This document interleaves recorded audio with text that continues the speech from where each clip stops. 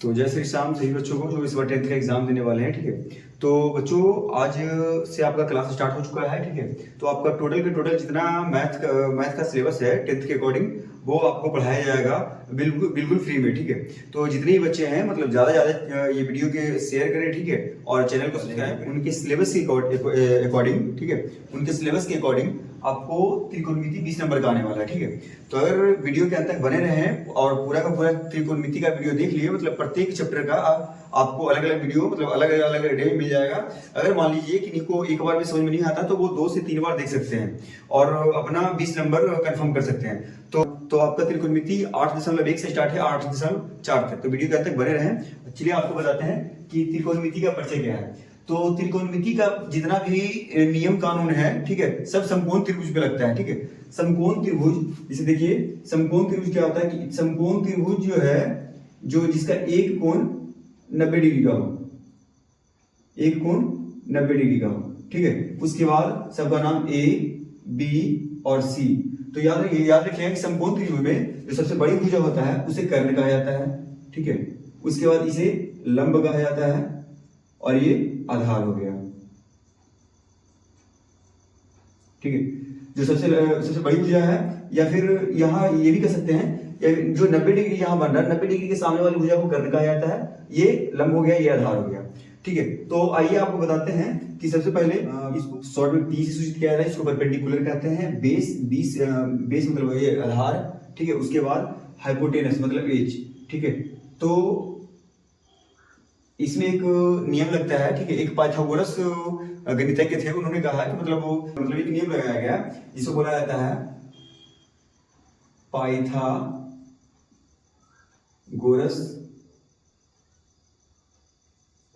प्रमेय। ठीक है, तो पाइथागोरस प्रमेय इनके अनुसार क्या होता है थोड़ा समझिएगा। ठीक है, इनके अनुसार कहा गया कि जो कर्ण का स्क्वायर है, ठीक है, कर्ण बराबर लंब का स्क्वायर प्लस आधार का स्क्वायर। मतलब जो बड़ी भुजा है ये लंब का स्क्वायर, ठीक है, और आधार का स्क्वायर दोनों को ऐड करेंगे, उसके बाद इसका ये मतलब इसका इक्वल होगा। ठीक है, तो समझिए अगर इसको ये भी लिख सकते हैं, जैसे मान लीजिए एच का स्क्वायर बराबर पी का स्क्वायर और बी का स्क्वायर। अगर हमको सिर्फ कर्ण बराबर निकालना है तो अंडर रूट, क्योंकि ये स्क्वायर बराबर के वो साइड आएगा तो अंडर रूट में हो जाएगा। उसके बाद पी स्क्वायर और प्लस बी स्क्वायर। ठीक है, तो बच्चों इसमें पहले समझना है। ठीक है, रटना नहीं है, मतलब कोई फॉर्मूला रटना नहीं है। अगर मान लो आप अगर एक फॉर्मूला याद करते हो तो मतलब आपको इससे 3 से 4 फॉर्मूला याद हो जाएगा। अगर हमको निकालना है कर्ण बराबर क्या हो गया, लंब स्क्वायर प्लस आधार स्क्वायर। यही अगर हमको लिखना रहेगा लंब स्क्वायर, ठीक है, तो लंब स्क्वायर बराबर हो जाएगा। पहले समझिए एक फॉर्मूला से आपको 3 या 4 मतलब 2 या 3 फॉर्मूला हो सकता है। देखिए लंब स्क्वायर बराबर हो जाएगा कर्ण का स्क्वायर और माइनस आधार का स्क्वायर। अगर यही हमको लिखना है सिर्फ लंब बराबर, तो लंब बराबर हो जाएगा स्क्वायर है, स्क्वायर बराबर के वो साइड जाएगा तो क्या अंडर रूट कर्ण का स्क्वायर और माइनस आधार का स्क्वायर। ठीक है, ठीक उसी प्रकार अगर हमको जैसे कर्ण हो गया लंब हो गया, अब लिखना आधार बराबर, तो आधार का स्क्वायर बराबर हो जाएगा कर्ण का स्क्वायर, क्योंकि कर्ण पहले कर्ण का लिख रहे हैं, पहले कर्ण इसलिए लिख रहे हैं कि ये सबसे बड़ी भुजा है, तो कर्ण का स्क्वायर माइनस लंब का स्क्वायर। ठीक है, ठीक उसी प्रकार हमको आधार बराबर लिखना है, तो आधार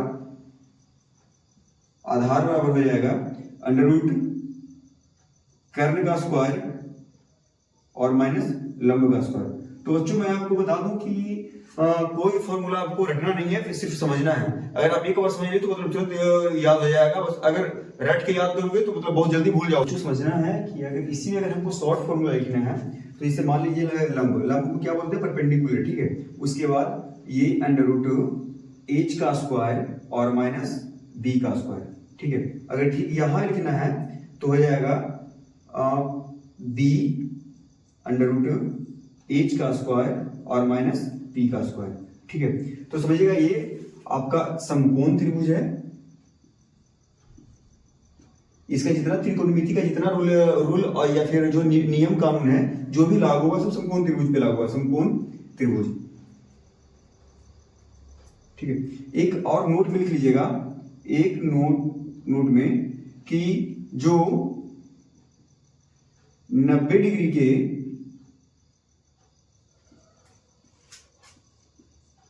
सामने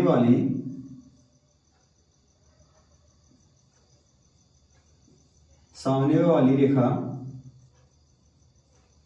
कर्ण होगी।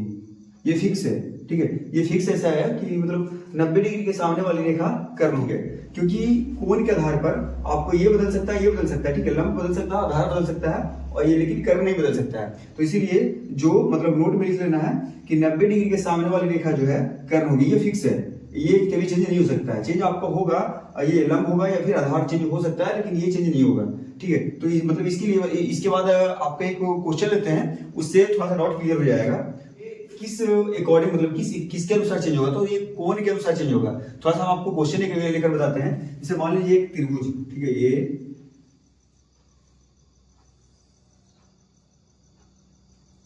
और एक ये त्रिभुज,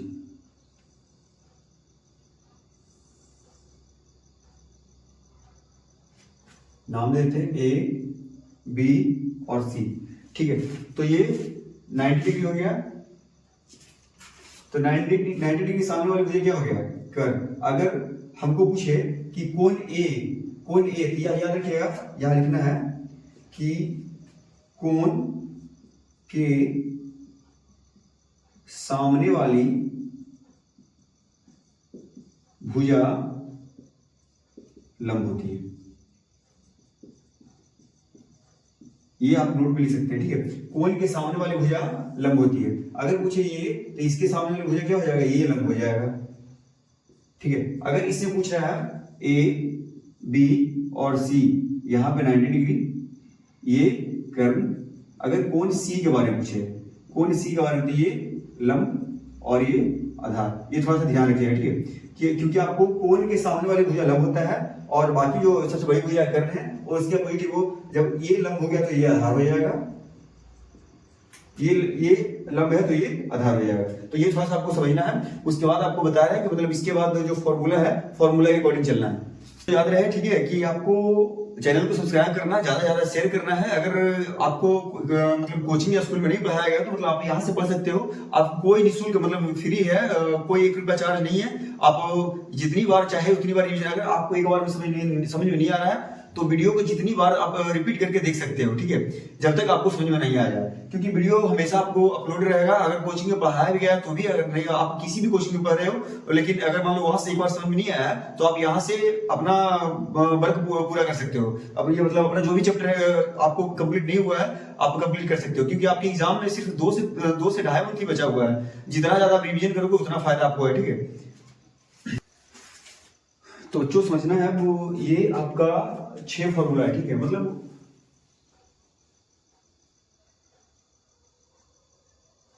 तो बच्चों समझना है आपको, ठीक है। ये 6 फॉर्मूला है। 6 फॉर्मूला क्या है कि साइन का फॉर्म क्या होता है, तो साइन होता है, ठीक है। कॉस का होता है कॉसेंट, टेन का होता है टेंजेंट, ठीक है। कॉट का कोटैजेंट, ठीक है। उसके बाद सेक का सेकेंड, और कॉसेक का होता है कॉसेकेंट, ठीक है। तो आप समझना है, अगर इसको कोई अगर पूछे कि फुल फॉर्म क्या होता है, टेन का टेंजेंट, कॉस का कॉसेक, मतलब ये फुल फॉर्म होता है, ठीक है। अब इसका फॉर्मूला लिखना है। तो फॉर्मूला लिखने के लिए आपको बताते हैं, एक याद करने के लिए शॉर्ट ट्रिक है, ठीक है। इसको याद कर सकते हैं, लाला आम लाया कच्चे कच्चे आम, ठीक है। या फिर ये भी याद कर सकते हैं, लाल बटा कक्का। ये क्या होता है आपको जस्ट बात समझाते हैं। ये साइन कॉस टेन, फिर इसका अपोजिट कॉट सेक और कॉसेक आप समझिएगा, ठीक है। ये तो आपका फुल फॉर्म हो गया। बहुत एग्जाम में नहीं पूछा जाता, अगर बाई मिस्टेक कोई पूछ दिया तब बताना है। तो अब आगे समझना है। जैसे हमको लिखना है फॉर्मूला, तो फॉर्मूला लिखना है जैसे sine theta, cos theta, tan theta, cot theta, sec theta और कोसेक थीटा। तो समझना है कि साइन थीटा, कॉस थीटा और सेक थीटा, कोसेक थीटा, इसका फॉर्मूला। तो देखिए साइन थीटा मतलब एल और ए और एल क्या होता है, तो लाला आम लाया, कच्चे कच्चे आम, या फिर ये भी बोल सकते हैं लाल बटा कक्का। इसका मतलब क्या होता है कि लंब कर्ण आधार कर्ण लंब और आधार, ठीक है। तब समझना है इसे साइन थीटा, साइन थीटा का फॉर्मूला क्या होता है लंब बटा कर्ण, तो इसको लिख सकते हैं लंब और बटा कर्ण, इसको ये भी लिख सकते हैं पी बटा एच, ठीक। उसके बाद कॉस थीटा, कॉस थीटा क्या होता है आधार बटा कर्ण, आधार बटा कर्ण, इसको लिख सकते हैं आधार ए और बटा के, ये लिख सकते हैं tan थीटा, tan थीटा लंब बटा आधार, लंब बटा आधार मतलब एल बटा ए,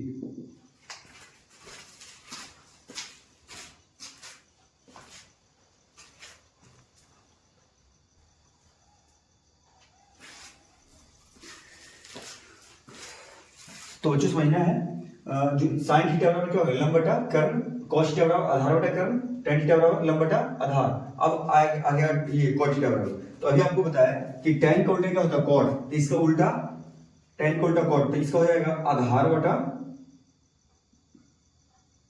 लंब, ठीक। उसके बाद सेक थीटा, सेक थीटा का उल्टा ये कॉस को कॉस उल्टा कॉस का उल्टा सेक, ठीक है। तो सेक का हो जाएगा कर्ण बटा आधार, इसका लिख सकते हैं b बटा p, उसके बाद ये आधार a बटा l, ठीक है। उसके बाद कर्ण सेक थीटा, तो सेक थीटा यहां k बटा a, उसके बाद कॉसेक थीटा, तो कॉसेक थीटा बस इसका वोल्ट है साइन का e, ठीक है। तो कॉसेक थीटा बराबर हो जाएगा k बटा l। तो थोड़ा सा आपको याद रखिएगा, मतलब कर्ण बटा लंब, तो ठीक। अब वही है, मतलब आप अगर वीडियो के अंत तक बने रहे तो आपको पूरा का पूरा मैथ समझ में आएगा, अगर एक बार में समझ नहीं आया तो फिर दोबारा आप देख सकते हो, ठीक है, ठीक है। तो इसके बाद कुछ फॉर्मूला और है जो व्युत्क्रम का है, जो आप देख सकते हैं, ठीक है। जैसे आपको बता दूं कि साइन थीटा, ठीक है, तो साइन थीटा का होता है 1 बटा कॉसेक थीटा, ठीक है। उसके बाद कॉस थीटा, कॉस थीटा इसका होता है 1 बटा सेक थीटा, उसके बाद tan थीटा,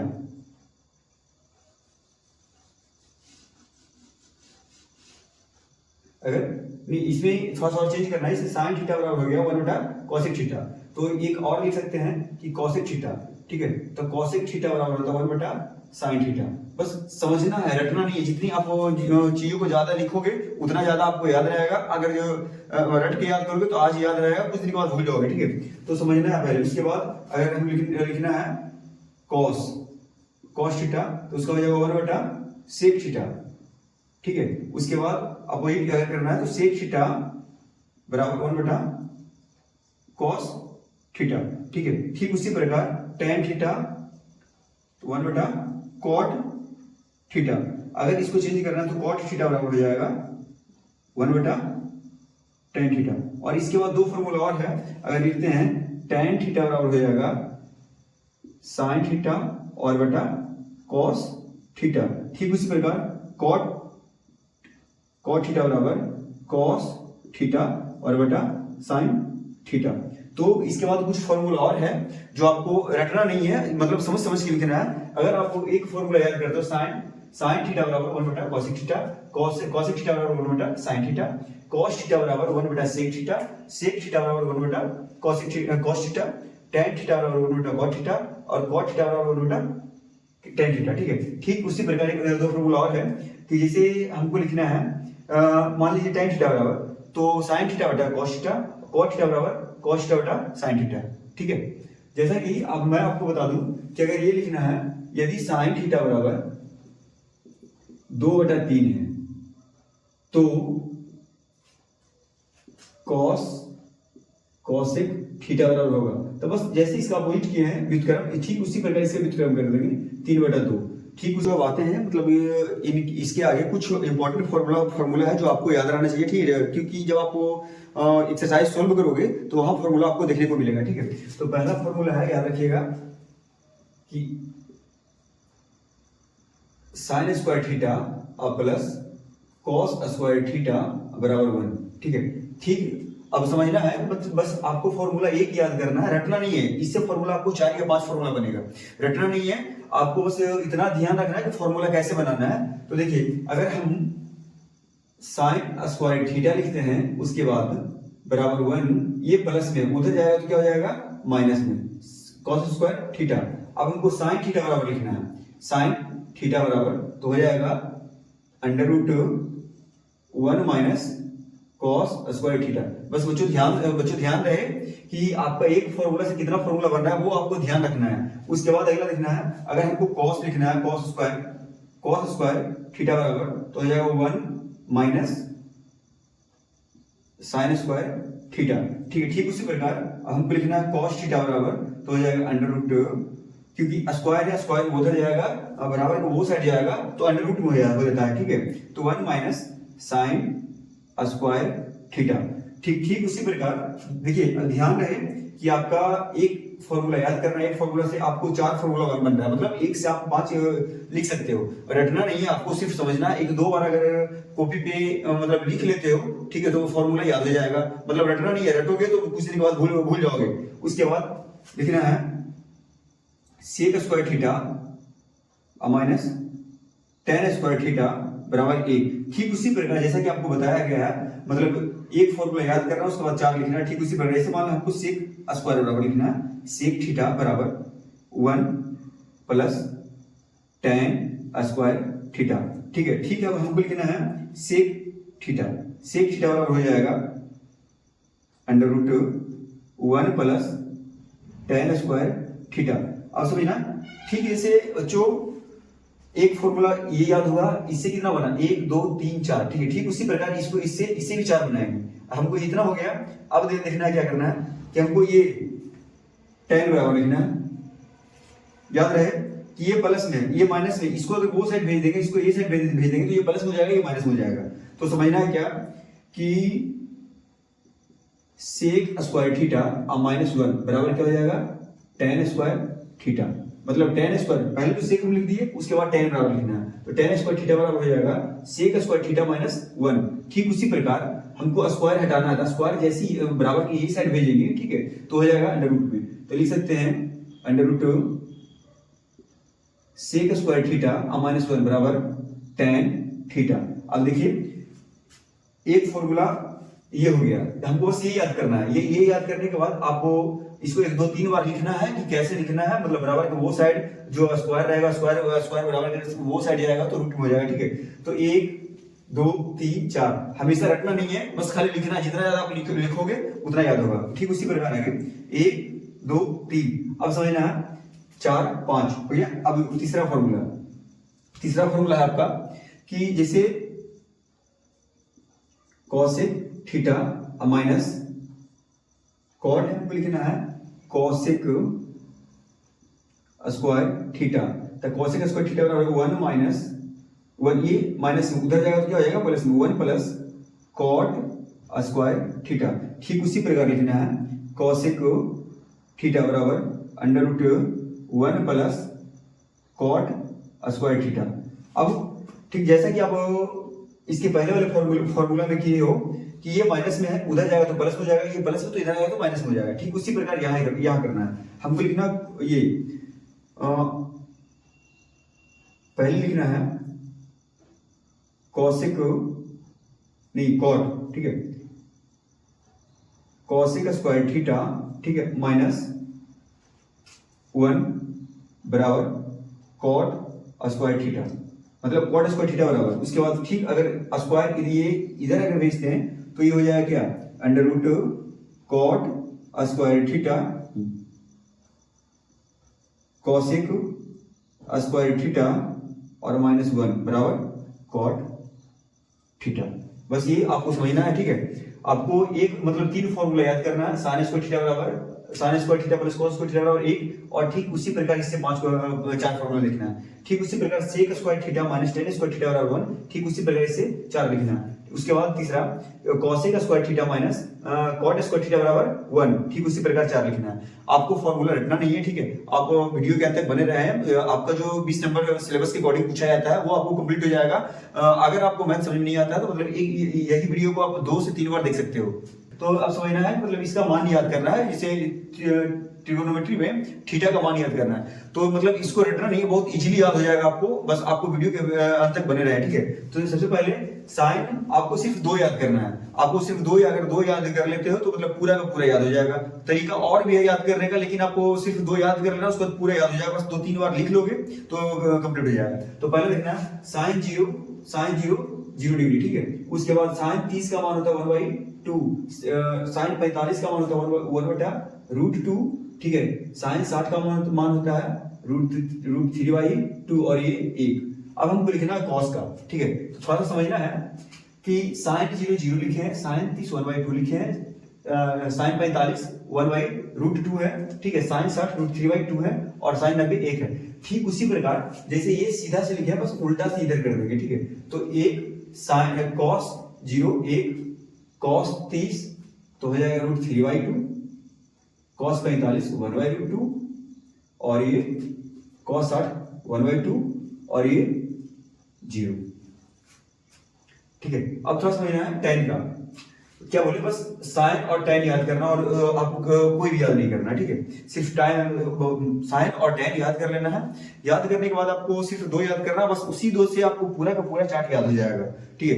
याद रहे कि आपको इससे अप्रोक्स 5 या 6 नंबर का क्वेश्चन सिर्फ इससे पूछेगा एग्जाम में, तो ये आपको याद रहना बहुत इंपॉर्टेंट है। तो tan 0 0, tan 30 का मान होता है 1/√3, ठीक है। ठीक उसी प्रकार tan 45 1, tan 60 का मान √3, ठीक है। और tan अपरिभाषित, ठीक उसी प्रकार कॉट लिखना है। तो जैसे tan लिखे वैसे अपोजिट कर देंगे। तो ये tan 0 अपरिभाषित, tan 60 √3, tan 45 1, tan cot 60 1/√3, ठीक है। उसके बाद ये cot 90 0। अब समझना, जैसे कि आपको 4 याद हो गया होगा, ठीक है। याद कैसे करना है, साइन का उल्टा cos कर देना, मतलब वैसे मतलब अपोजिट साइड कर देना, ठीक है। उसके बाद tan का उल्टा cot हो जाएगा। अब ठीक उसी प्रकार हमको sec लिखना है। तो sec कुछ नहीं करना, sec 0 कितना है, sec मतलब cos को उल्टा कर देना है। तो sec 0 1/1 करेंगे तो 1 हो जाएगा, ठीक। इसका अपोजिट करेंगे, मतलब उल्टा कैसे करना है, मतलब व्युत्क्रम कर देना है।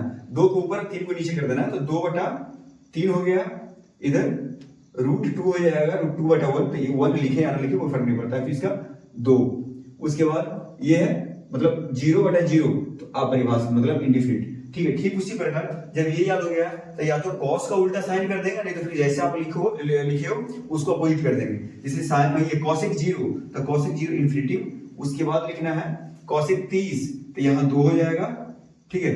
उसके बाद cosec 45 √2, ठीक है। उसके बाद cosec 60 तो √2/√3, उसके बाद 1 इधर 1। तो ये जैसा कि आपको बताया, ठीक है। रटना नहीं है, मतलब आप 1-2 बार इसे लिख लेते हो तो याद हो जाएगा। अब चलते हैं इसके बाद एक्सरसाइज की ओर। एक्सरसाइज आपका 8.1 बताया जाएगा, ठीक है। उसके बाद आपको पूरा का इंपॉर्टेंट फॉर्मूला है जो आपको जब ये मतलब चैप्टर सोल्व करवाया जाएगा उस टाइम आपको बताया जाएगा। तो मतलब जो भी बच्चे 10th में पढ़ रहे हैं, मतलब वीडियो को ज्यादा शेयर करें, या फिर आपके आस पड़ोस में भी पढ़ रहे हैं उनको बता दिया जाए। मतलब कोई निःशुल्क पढ़ाया जाएगा, आपको फ्री में पढ़ाया जाएगा, कोई चार्ज नहीं लगेगा, ठीक है।